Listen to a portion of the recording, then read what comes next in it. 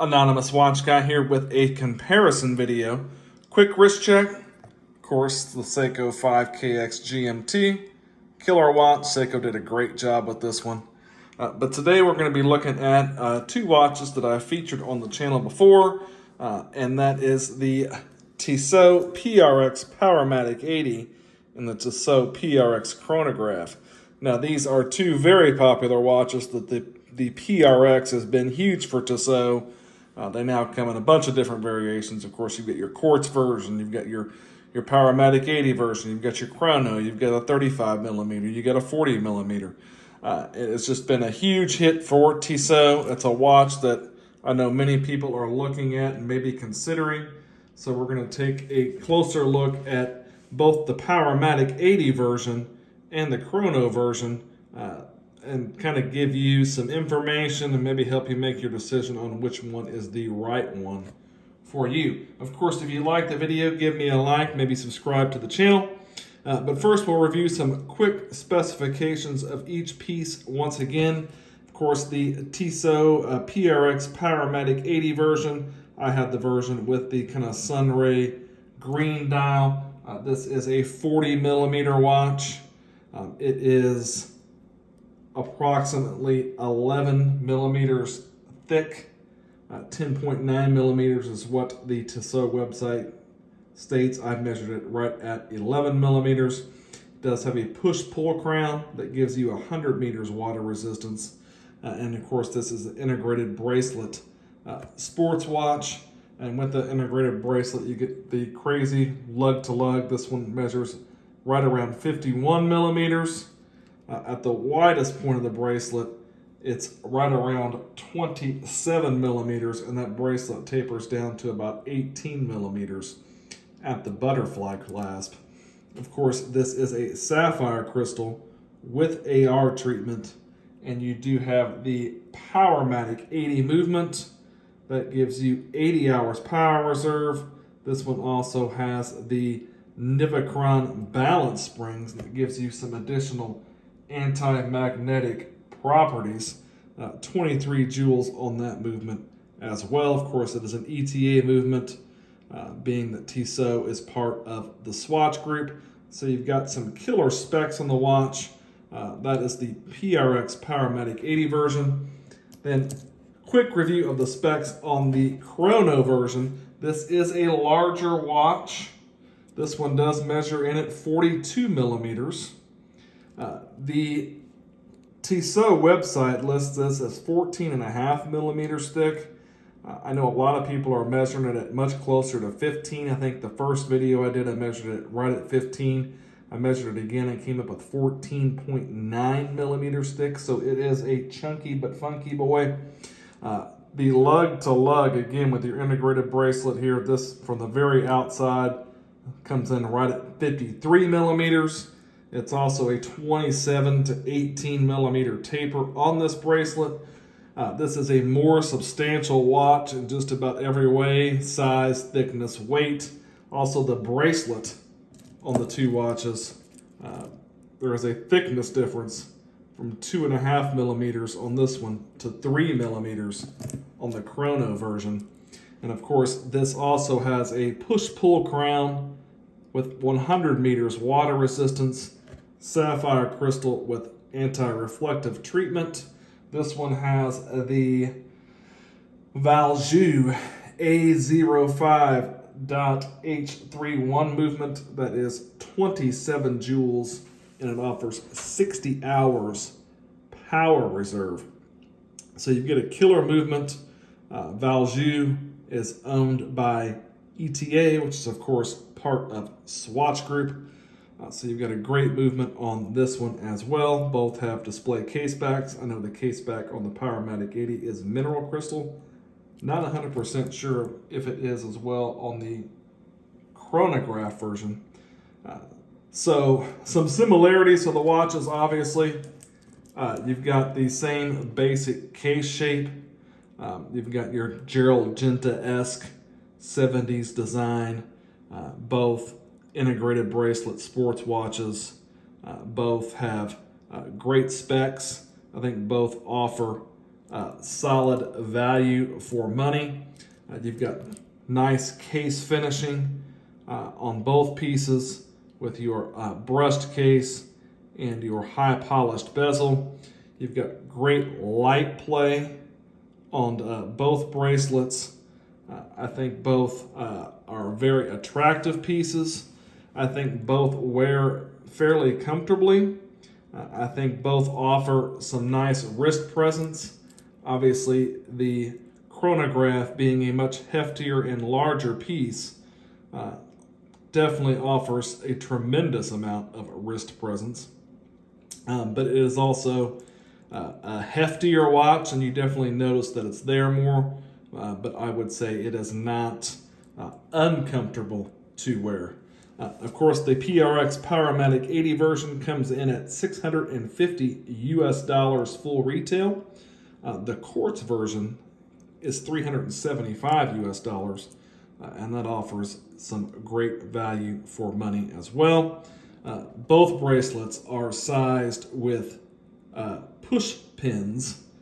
This is not screw links, which is one kind of drawback to the watch. One thing I wish Tissot would have done with both is size the bracelets with screw links. But solid case finishing, nice vertical brushing on the top of the case, on the sides of the case. Great looking dial on the Powermatic 80 version. Definitely a great value for money and a very solid sports watch option. I think on the Chrono version, again, it is a larger and more substantial watch. You do get a little bit, obviously with a little bit larger case, you've got some vertical brushing on the top of the case as well. You've got your high polish pushers on the side of the case, along with your high polish kind of fixed bezel there. On the side, of course, you do have the date change button on the side here. On this movement, obviously, if you roll it over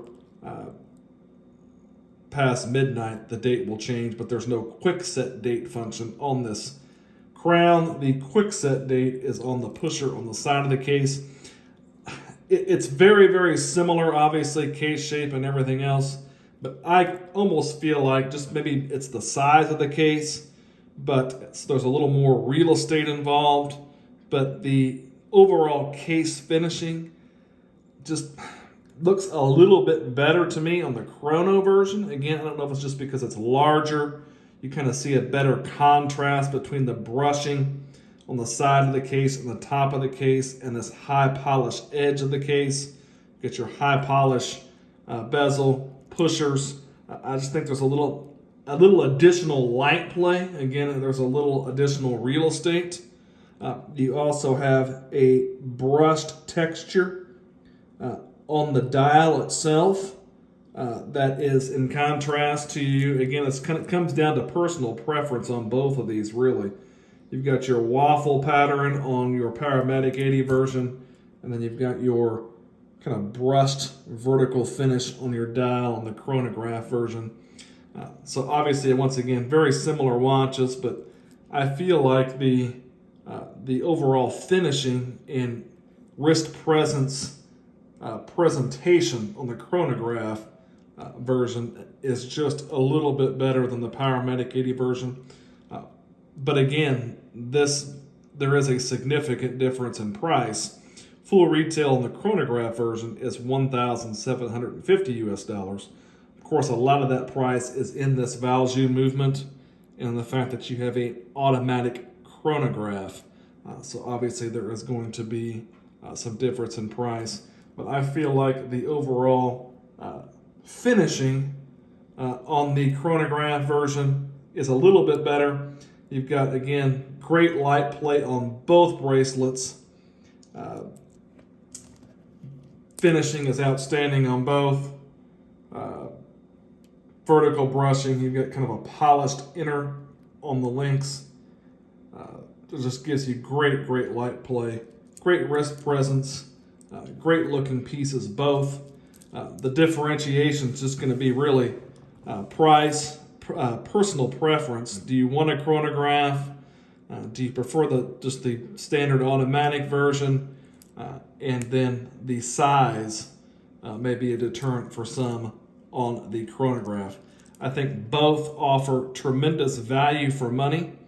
I think there's definitely, with your just overall build quality, finishing, the quality of the movement included in both, I think either or is a great choice for an integrated sports watch option in your collection. Again, even side by side, I just feel like, I don't know if it comes through on the camera, just the overall finishing on the chronograph version is just one little step above the Powermatic 80 version. And I feel like Tissot could probably put a price tag of $2,500 on the chronograph version, and most people probably wouldn't bat an eye at it. I just think it's very reasonably priced and offers some tremendous value. But it comes down to a personal preference. Maybe if you have a little bit of a smaller wrist, you go with the Powermatic 80 version. I think both will wear well on a little bit smaller wrist. Obviously, you do have to be aware of the heft of this watch, but maybe you're not a chronograph fan. You don't need the chronograph complications, so you stick with just the standard automatic version. But I think both offer tremendous value for money. Both are great choices. Both are obviously very popular watches. But if it come down to it for me and I had to pick one, and maybe money wasn't necessarily a factor, I would definitely take the chronograph version. I just think the overall package and presentation is just a little bit better. And then you've got that killer value movement in there and just a little bit of additional or wrist presence. But again, both killer pieces, great watches. I'll give you a quick wrist shot of both on my 7.5-inch wrist so you can see what each looks like. Again, I have done an unboxing and full review on the Powermatic 80 version, and I have done an unboxing video on the chronograph. So more information on each individual watch there. There is the Powermatic 80 version on my 7.5-inch wrist. Again, you can see just great light play, great overall appearance. Just a cool watch, wears very comfortably, fits very well on my wrist. If you had a little bit smaller wrist, it would not be an issue. And then for comparison, we will take a quick look at the chronograph version. Now the Powermatic 80 version, I did take one link out of that bracelet. The chronograph version, I have not removed any links. It does fit a little bit looser because of that, but I think it fits very well. Again, you can see it is a larger watch, but it's in no danger of not fitting my wrist. But I do have a little bit larger wrist, and you can just see kind of the presence on the wrist. Definitely feel like it has kind of that AP Royal Oak almost feel to it. Great light play, great wrist presence, very cool watch. So in the end, I don't think you could go wrong with either choice.